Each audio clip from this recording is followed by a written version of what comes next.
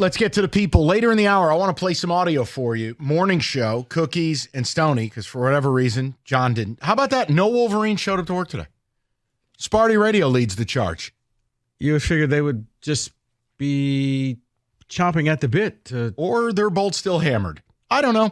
The point is, John was a little excited. The final call. Do we have that for the people? Yeah.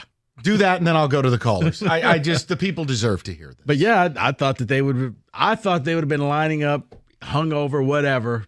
They wanted to do that show today because, yeah, they were there. They witnessed it firsthand.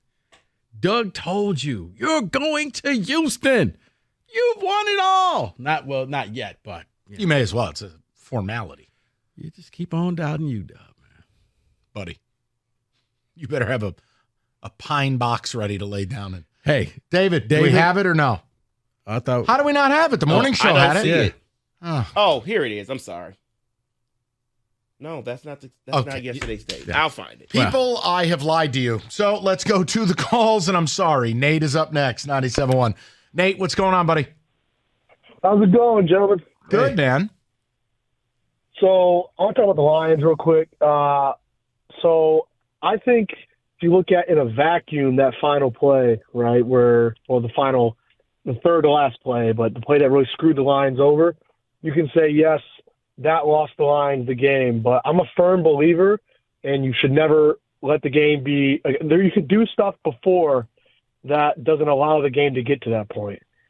And the two plays that really stick out to me are, well, not taking the points in the first half, as you guys have already said, where I don't disagree with the play call in the whole situation for that whole first and goal from the 2 doesn't make sense to me why David Montgomery's not in the game.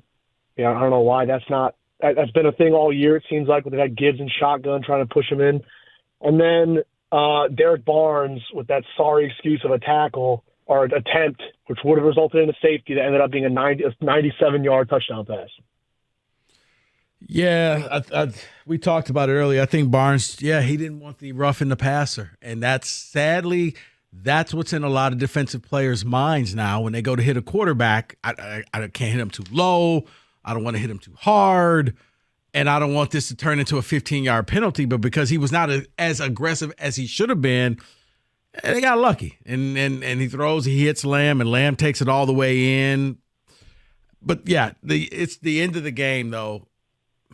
I get it. If you're going to go for it, you put your best players out there. You don't put it in the hands of a fourth-string tight end to win you the game. The whole idea, Nate, they made the right call going for it the first time. I can't change the league. Screwed them. You got to kick the extra point from the 8 or the 4. Just enough. I think you win the game in OT. Period. I totally agree with wanting to kick the extra point after the penalty takes place. I was in shocked disbelief because you start making jokes. Hey, Dan, at what point would you have kicked the extra point? Does it need to be 2-point conversion from the 32? It was really one of those things where it's like, dude, I feel like he lost his cool. And I get it because I would have been spitting mad too. But from the 8, someone's got to grab you, go, coach, come on. Your analytics department, and you look down at that card. That card's telling you F no. You can't do that. Right.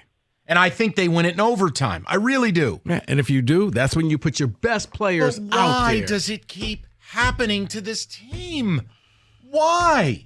Because I think we live in Detroit and we think that it always happens here. But I do think that it happens to other teams, Mike. Who has got a highlight reel of screwing like the league does on the Lions? As the league just grunts over the top of this poor franchise. Come on! Whether it's the Golden Tate thing, Megatron twice, dude with a club foot, the pick up the flag in Dallas. Now this... I can't think of anything stops. recent. The Raiders have gotten the screw job. How about against Atlanta with Golden Tate? Okay, the runoff. Yes, it never ends. How about it happening twice, same team, same building, 10-year period? Arguably two of the most egregious things we've ever seen. The flag getting picked up, and then this. What did the ref phone a friend? I need a way out of this play? The ref wasn't paying attention. This is what it boiled down to. I don't know why he was in a big hurry. It was an untimed down. And Campbell, this is the worst part. Campbell told the lead official pregame, be on the lookout for this. This is a play we're going to go to, etc. Right. With the ref, I'm not making excuses for the ref. Yes, you are. No. The ref heard Decker. He saw 70 running at him as he was walking. He wasn't paying attention. He simply wasn't paying attention. He made a grave mistake. He saw the O-lineman coming at him and just assumed, oh, that's the guy who must be saying he's eligible. He tells the Cowboys, he announces it. That's when you say, hey, guy, you got the wrong guy. You just announced the wrong guy eligible. I didn't say that. You got it wrong. That's not a grave mistake, though. That's just not doing your job. Your job is to pay attention for who's reporting. He screwed that up. And then there's no repercussions. We don't get to hear from him. He doesn't get fired. He gets put on the Ravens game. Great. Thanks. Appreciate it. Well, no ref ever gets fired over bad calls. I'm not saying he's going to get fired, but, I mean, he actually has a resume of some bad calls. I don't know if you've seen the highlight reel this year. I have. Somebody sent me said that the Lions are 0-6 when he's the lead. Oh, my God. It's Chris Paul with numbnuts in the NBA. Scott Foster. Yeah. Like 0-16. So I get it. Trust me, I don't want angry Kenny. Kenny was hot. I sent him a text message during the vacation time. That's their first mistake. Congratulating him on Georgia. And it was like, okay, I'm going to just stop texting you, Kenny. I don't know what I just stepped in here. Kenny was not approachable last week. It was a very difficult week. Had some colorful words to talk about that bowl game leading to it. Wow. Yeah, do you know what he said? It's like the scene in A Christmas Story. Where did you hear that word? Do you know what? Hold on. Turn your microphone off, will you, please? Okay, you believe that?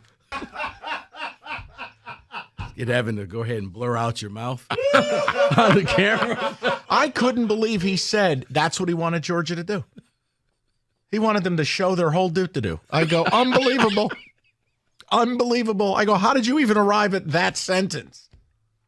I was wondering the same. The worst part is it was while we were eating lunch. I'm like, Kenny, you know what? Congratulations. I will never doubt your team again because normally when Georgia or Alabama or Ohio State, like top teams have to play in these bowl games, they don't care. So I'm congratulating. Yeah, whatever. Mm-hmm. Yeah, great. I'm just getting all these. I'm like, am I texting Costa right now? Like, where's all this coming from? I just let him go. Tough scene. It's all right. I was like, I stepped into a minefield. I'm going to see my way out. Merry Christmas. That's John Jansen. Can we hear the whole thing?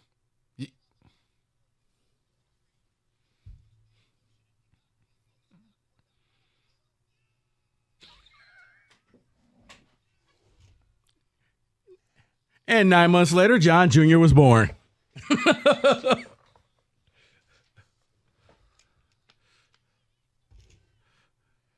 Teddy will have a new brother or sister named Houston in 9 months.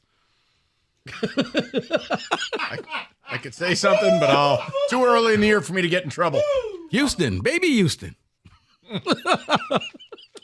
Yep, just going to leave that alone. All right, more of your calls next. 97.1.